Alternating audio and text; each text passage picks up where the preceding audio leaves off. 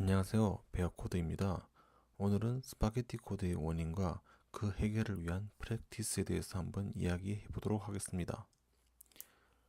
스파게티 코드는 우리가 통상 굉장히 복잡해서 정리하기 어렵고 읽기 어려운 코드를 말할 때 사용하는 용어죠. 뭐 전문 용어는 아니지만은 흔히들 많이 사용하고 있습니다. 이런 스파게티 코드의 특징들로 보면요. 일단 유지보수가 굉장히 어렵고요. 어, 사실상 그 코드의 재활용이 불가능합니다. 그러다 보니까는 이제 항상 버그를 잔뜩 안고 있고 그 결과 전반적인 생산성을 저하시키는 그런 모습을 보입니다. 자, 이런 스파게티 코드는 형태를 보면은 뭐 이것이 뭐 아주 모범 답안으로 만든 형태는 아니고 제가 이제 작업을 단연간 하면서 보다 보니까는 이런 경우에 이제 이것을 스파게티 코드라고 이제 말할 수 있겠다 싶은 코드 부분들을 몇 가지 정리를 해보았습니다. 제일 먼저 이제 복잡한 제어문을 가지고 있는 경우고요. 이런 경우 이제 읽기가 상당히 힘들어지겠죠. 그 다음 또 많이 발생하는 경우가 어, 변수를 많이 사용하고 있는 경우입니다. 변수를 많이 사용한다는 것은 그만큼 코드를 읽을 때 기억해야 될 내용들이 많아진다는 것이거든요. 그러다 보니까는 굉장히 읽기 어려운 코드가 됩니다. 이런 두 가지 경우는 굉장히 단순한 형태의 스파게티 코드를 말하는 것이고요. 그 다음 이제 앞으로 나온 세 가지 종류의 스파게티 코드의 형태는 비교적 복잡하고 이제 판단하기 어려운 상황들도 꽤 있습니다. 자, 그 대표적인 예가 상속이 잘못되어서 발생하는 스파게티 코드가 있고요. 그리고 이제 클래스 간의 의존 관계가 정리되지 않아서 서로 복잡하게 얽혀 있는 경우, 예, 이 두 가지 경우에 대해서는 뭐 많은 분들이 또 특히 시니어 개발자들은 어느 정도 인지를 하고 있을 거예요. 그런데 이제 많은 분들이 놓치고 있는 것들 중 하나가 이제 추상화 단계를 제대로 못 잡아서 추상화 단계가 들쑥날쑥한 코드들, 이런 경우도 읽기가 어렵고 난해한 코드를 만들 수 있습니다. 이 각각의 상황들에 대해서는 나중에 따로따로 하나씩 보겠습니다. 자, 그러면은 스파게티 코드가 발생하는 원인을 보면요. 뭐 여러 가지 이유가 있겠지만 크게 두 가지 경우가 있는 것 같아요. 일단 사실은 이런 경우 모두가 이제 전부 다 결국은 개발자의 문제죠. 어, 그래서 이제 상당히 많은 경우 개발자가 게을러서, 예, 이거 저도 상당히 게으른 편이긴 하지만은 어, 코드를 정리하고 이제 뭔가 계속 최상의 상태를 유지하기 위한 노력을 게을리해서 이제 그것들이 쌓여서 이제 그런 모습을 만들기도 하고요. 또 이제 주니어들 같은 경우에는 실제로 잘 몰라서 이렇게 하면은 나중에 이제 문제가 생길 수 있다라는 것을 잘 모르는 상태에서 그렇게 이제 작업을 해놓다 보면은 이제 그것들이 쌓여서 이제 스파게티 코드를 만드는 경우가 있습니다. 사실은 잘 몰라서 그러면은 이제 공부하면 되는 거죠. 그리고 경험이 쌓이다 보면 자연스럽게 알게 되는 것들인데요. 사실 더 위험한 것은 게을러서 이제 그렇게 만드는 경우가 이제 더 위험하죠. 뭐 이런 부분에 대해서는 사실 저도 반성을 굉장히 많이 해야 되는 부분이고요. 앞으로는 좀 더 부지런하게 코드를 항상 최고의 상태를 유지할 수 있도록, 되도록이면 뭐 그렇다고 완벽하게는 못하겠지만 최선을 다해서 이제 그런 작업을 해야 될 것이라고 생각합니다. 네, 그러면은 이제 아까 전에 앞서 말씀드린 각각의 상황들에 대해서 조금 더 자세하게 들여다보도록 하겠습니다. 먼저 일단 복잡한 제어문의 경우인데요. 이 경우는 사실 굉장히 심플하죠. 이거는 누구나 다 보면은 이거는 코드가, 예, 일단 직관적으로 보이죠. 스파게티다라는 게. 어, 자, 제어문들을 이제 프로그래밍을 하다 보면 어쩔 수 없이 사용해야 되는데요. 일반적으로 이제 고토문을 쓰지 않는다라는 것은 이미 상식처럼 되어 있죠.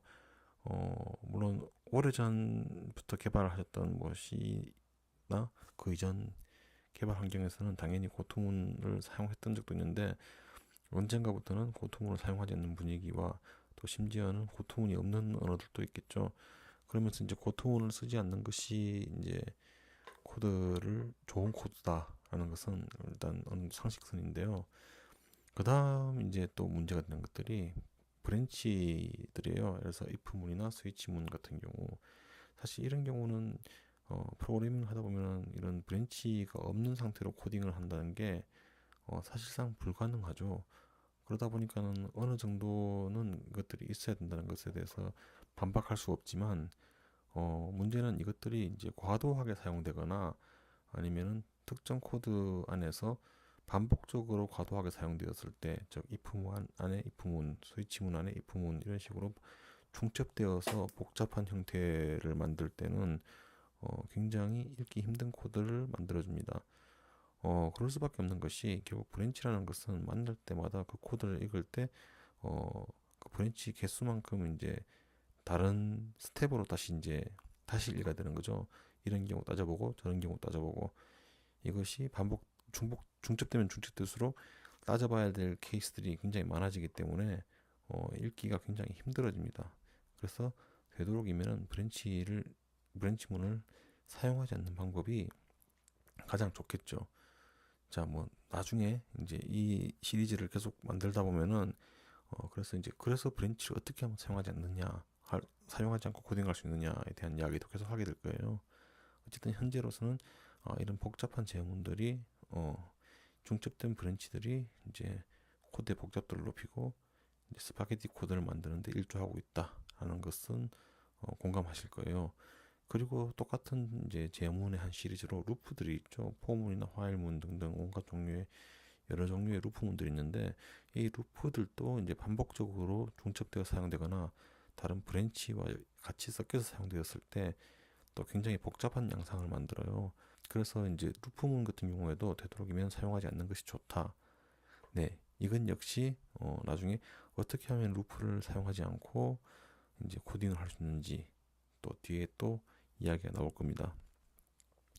자, 이렇게 이제 루프랑 브랜치 같은 것들로 이제 어떤 따져봐야 될 케이스를 많이 만들어내는 것들을 이제 사이클로매틱 컴플렉시티라는 용어를 써요. 사이클로매틱 컴플렉시티를 측정해서 이 값이 높으면은 이제 코드의 퀄리티가 떨어진다. 특정 수치 이하로 낮추기 위한 그런 작업들도 하기도 합니다. 자, 근데 이제 만일 if문이 없는 코드를 본다면요.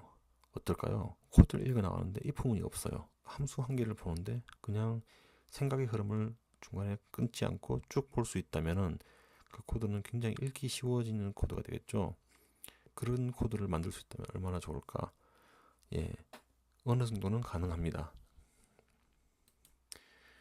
자, 그 다음 또 이제 따져봐야 될 것이 변수를 많이 사용하는 경우, 많은 변수를 사용하는 경우인데요.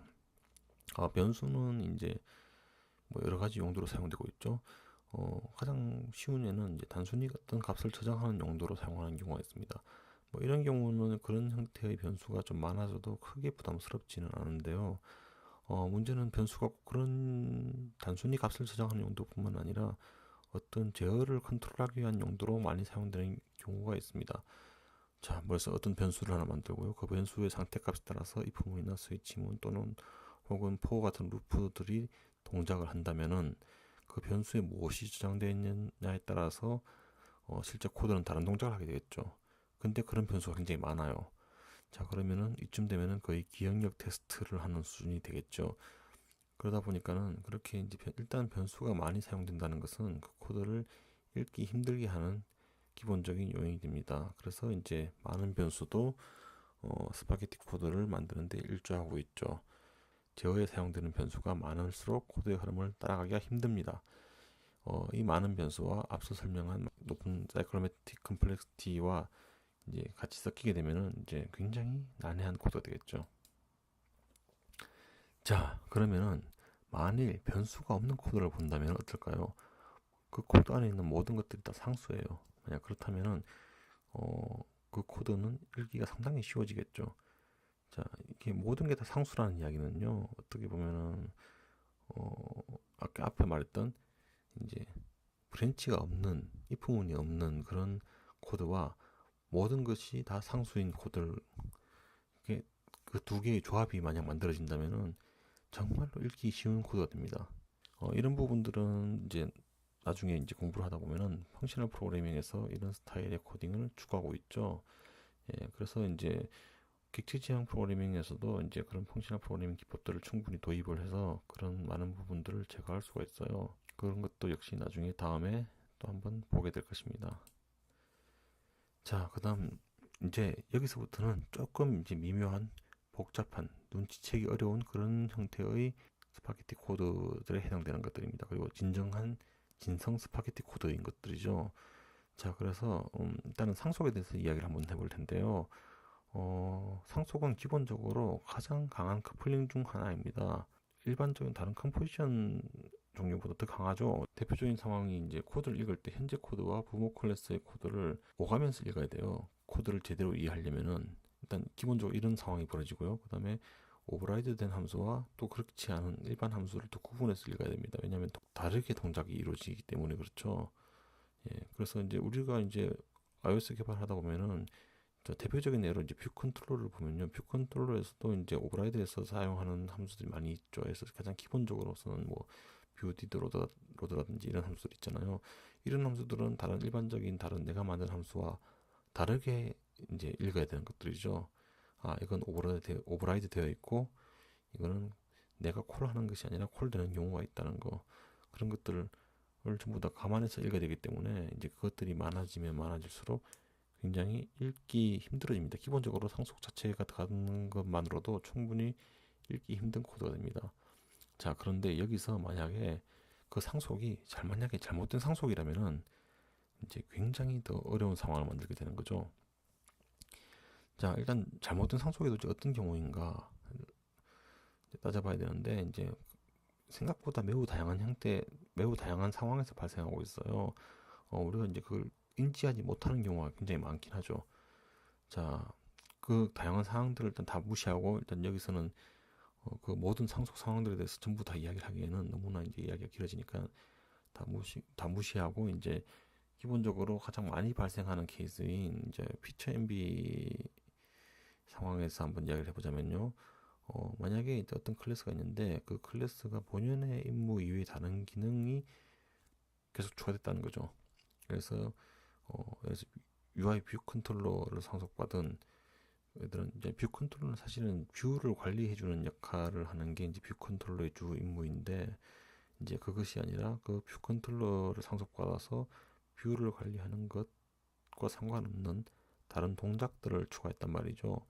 자, 그렇다면은 어쨌든 그런 피처 MB 상황과 엉뚱한 다른 기능들이 상속을 통해서 이제 추가되었고 이제 그것을 사용하는 입장에서 보면은 결국은 어, 다시 또 이제 그 클래스와 굉장히 강한 커플링이 발생하겠죠. 자, 그런데 이제 우리가 상식선에서 약속하지 않은 다른 상황의 이제 코드들까지 이제 같이 엮여 있음으로써 굉장히 난해하고 읽기 힘든 코드를 만들어요. 예상치 못했던 돌발 행동을 하는 코드를 만들어 놓은 거죠. 자, 예를 들면은 UI 뷰 컨트롤 상속받은 클래스에다가 이제 거기다 네트워크 요청을 하는 코드를 넣었어요. 예, 상식적으로 뷰를 관리해야 되는 뷰 컨트롤러가 네트워크를 관리하는 것 자체가 좀 말이 안 되죠. 자, 어쨌든 그런 말이 안 되는 상황을 만들어 놨고요. 그것을 상속받은 클래스가 네트워크를 사용하기 위해서 슈퍼의 특정 메소드를 호출해야만 하게 만들어 버린 거죠. 묵시적인 약속들이 생기기 시작하고 이제 그렇다면 이제 그것을 상속받은 클래스들은 그것들을 정확하게 인지해서 사용하기가 굉장히 힘들어집니다. 심지어는 이제 어떤 동작을 다른 네트워크와 전혀 상관없는 다른 동작을 했음에도 불구하고 그게 네트워크나 이런 데 영향을 줄 수 있을 가능성이 굉장히 높겠죠. 위에 슈퍼 클래스가 어떻게 구현되었느냐에 따라서 자, 예를 들면은 뷰윌 어피어가 불리면은 갑자기 네트워크가 리셋돼 버린다든지 하는 동작이 들어가 있어요. 그러면은 그걸 쓰는 쪽에서는 진짜 예상치 못한 나는 단지 뷰윌 어피어가 불리는 동작을 했을 뿐인데 왜가 갑자기 네트워크가 왜 리셋되는지 영문을 모른 채 황당한 일을 당하게 되는 경우가 많습니다. 그게 스펙이라고 말하면은 그게 용납이 될지 모르겠네요. 저는 그런 상황이 용납이 안 되긴 하거든요. 그거는 이제 그렇게 만든 걸 스펙이라고 말한다면은, 네, 그러면 뭐 설계 같은 것들에 대해서 논의할 이유가 전혀 없겠죠. 그렇게 그냥 구현한 아무데나 구현해도 그게 다 스펙이면은 그냥 스펙이라고 말하면 다 되는 상황이라면요. 자, 그리고 이제 또 클래스 간의 의존 관계가 정리가 제대로 안 되는 바람에 이제 스파게티 상황을 만드는 경우가 있습니다. 가장 대표적인 경우가 그런 거죠. 클래스 간 의존 관계가 복잡해서 클래스를 독자적으로 재활용할 수 없는 경우들. 우리 실제로 그런 경우를 굉장히 많이 보게 돼요. 어떤 특정 클래스의 동작을 위해서 다른 클래스를 이제 필요로 하는 경우인데, 예를 들면 그런 거죠. 나는 A라는 클래스를 하나 필요로 해서 가지고 와서 촬영하고 싶은데, A라는 클래스는 B라는 클래스를 써야 돼요. 그러다 보니까는, 나 옆 팀에 있는 동료가 어떤 특정 기능을 하는 클래스를 구현했다길래, 이제 나도 똑같은 걸 구현해야 되기 때문에, 일을 좀 편하게 하기 위해서 그 코드를 그냥 빌려 쓰기로 한 거죠. 그래서, 그 클래스 하나만 좀 주세요 했더니만은, 예, 가져가세요 해서 그걸 걔를 가지고 왔어요. 딱 넣어서 빌드를 했는데, 이건 또 다른 클래스를 또 필요로 하는 거죠. 그래서, 이거는, 이게 이거랑 상관이 있는 클래스인가? 아니, 그래도 뭐 필요하다니까 들고 오자. 그래서 이제 추가적으로 필요한 클래스 한 두 개를 더 들고 왔는데, 갑자기 그 두 개를 넣고 나니까 또 수십 개의 클래스가 또 필요하다고 또 이제 디펜던시 때문에 수십 개의 클래스가 필요한 상황이 될 수 있어요. 그게 무슨 빌드가 안 되는. 자, 그쯤 되면은 이렇게 한두 개씩 집어넣다 보면은 어느 순간 되면은 수백 개의 파일을 클래스들을 가져와야지만이 내가 진짜 원했던 한 개의 클래스를 이제 쓸 수 있는 그런 상황이 되겠죠. 이런 상황들 아마 여러분들 굉장히 많이 겪어보셨을 거예요. 자, 그랬을 때 이제 이런 것들을 어떻게 정리할 것인가. 또 어떤 경우가 있냐면요. 어떤 클래스의 동작이 전혀 상관없는 다른 클래스의 동작에 영향을 주는 경우. 예, 뭐 말이 안 된다 싶지만은 실제로 그런 경우가 많이 벌어지고 있습니다. 자, 그리고 또 어떤 케이스가 있을까요? 이제 이것도 이제 조금 더 이제 난이도가 높은 케이스인데요. 이건 뭐냐면은 추상화 단계를 만들어 놓지 않음으로써 발생되는 복잡도, 즉 코드를 읽기 힘든 상황을 이야기합니다. 저기 이제 사진이 한 장 나와 있는데요. 이거는 뭐냐면은 라면 봉지 뒷면에 있는 라면 조리 방법에 대한 설명입니다. 예, 하물며 라면 조리 방법을 설명해도 이렇게 추상화를 잘 해서 설명하고 있어요. 자, 조리 방법은 지금 보면은 여기서는 1번, 2번, 3번 세 단계로 설명하고 있고요. 1번에는 물 500ml를 건더기 스프를 넣고 물을 끓인 후, 그냥 물을 끓이라고 되어 있죠. 건더기 스프를 넣고 물을 끓여라. 그 다음에 2번 단계에서는 분말 스프를 넣고 면을 넣고 4분을 더 끓여라.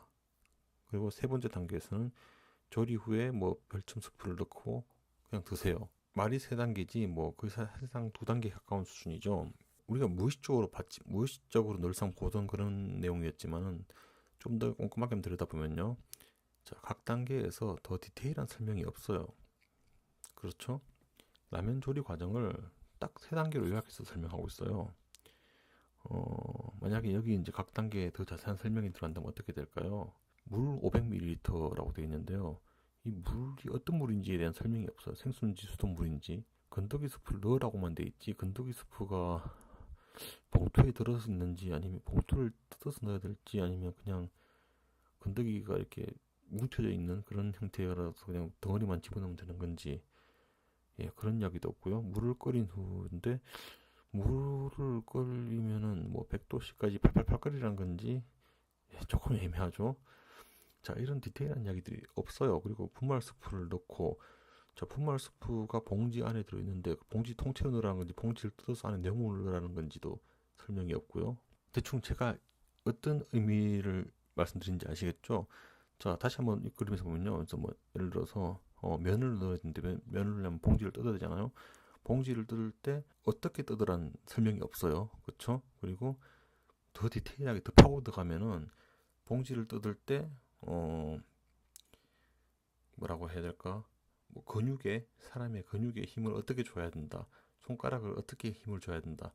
그런 설명이 하나도 없어요. 그렇죠? 그런 걸 설명할 이유가 없죠. 다 상식선에서 이루어지는 일들이고요. 만약에 이제 라면 이제 조리법에 대한 설명에서 아까 말씀드린 것처럼 그런 굉장히 더 디테일한 설명들이 들어간다면요. 조리법이 저렇게 이제 단순히 세 단계가 아니라 거의 뭐 얇은 책 한 권 정도의 분량이 나올 수도 있겠죠. 자, 그런 것들은 사용자들이 원하는 게 아니죠. 그 사용자가 누구예요? 그 설명을 읽는 사람들이잖아요. 읽고 그 내용을 이해하는 사람들인데, 예, 그런 사람들한테 그렇게 디테일한 설명들을 해주지 않아요. 그렇죠. 자, 그러면은 똑같이 코드도 누군가가 그 코드를 유지보수하려면은 읽고 수정을 해야 되잖아요. 근데 그 읽고 수정해야 될 사람, 다른 개발자한테 굉장히 시시콜콜한 내용들까지 전부 다 나열되어 있는 코드를 보여주면은 굉장히 일단 복잡하게 느껴지겠죠. 제이슨 파싱을 하는데 그 제이슨 파싱 데이터에서 제이슨 파싱을 한 다음에 이제 내가 원하는 모델로 만드는데 제이슨 파싱 하는 과정이 예를 들어서 뭐 제공 SDK에서 제공되지 않는다고 하는데 만약 그 자리에다가 바로 제이슨 파싱하는 코드를 집어넣고 있다면은 코드를 읽는 사람들이 굉장히 당황스러워하게 되지 않을까요? 예, 그런 것과 마찬가지로 실제로 이제 코드에서도 추상화 레벨이 들쑥날쑥한 경우들이 있어요. 그러니까 어떤 경우 같은 함수 안에서 어떤 경우에는 굉장히 짜잘한 내용들을 구현하고 있다가 갑자기 툭 함수 한 개를 콜해버린다든지 이런 상황들로 구현이 되어 있는 거죠. 자, 이렇게 들쑥날쑥한 추상화 레벨을 쓰는 게 아니라 같은 레벨에서 추상화를 맞춰서 이제 작성이 되어 있다면은 코드가 읽기가 굉장히 쉬워져요. 자, 앞에서 봤듯이 1단계에서는 굉장히 디테일한 설명을 하고, 그렇죠?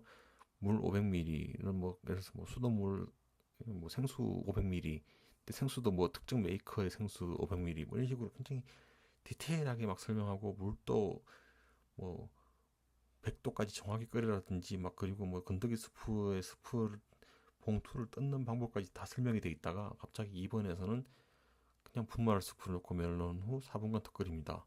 툭 넘어간다면은 읽는 사람들이 굉장히 좀 당황스럽겠죠. 결국 1번, 2번, 3번 단계 모두가 다 비슷한 수준의 내용들을, 그러니까 추상화된 내용들을 이야기하고 있어요.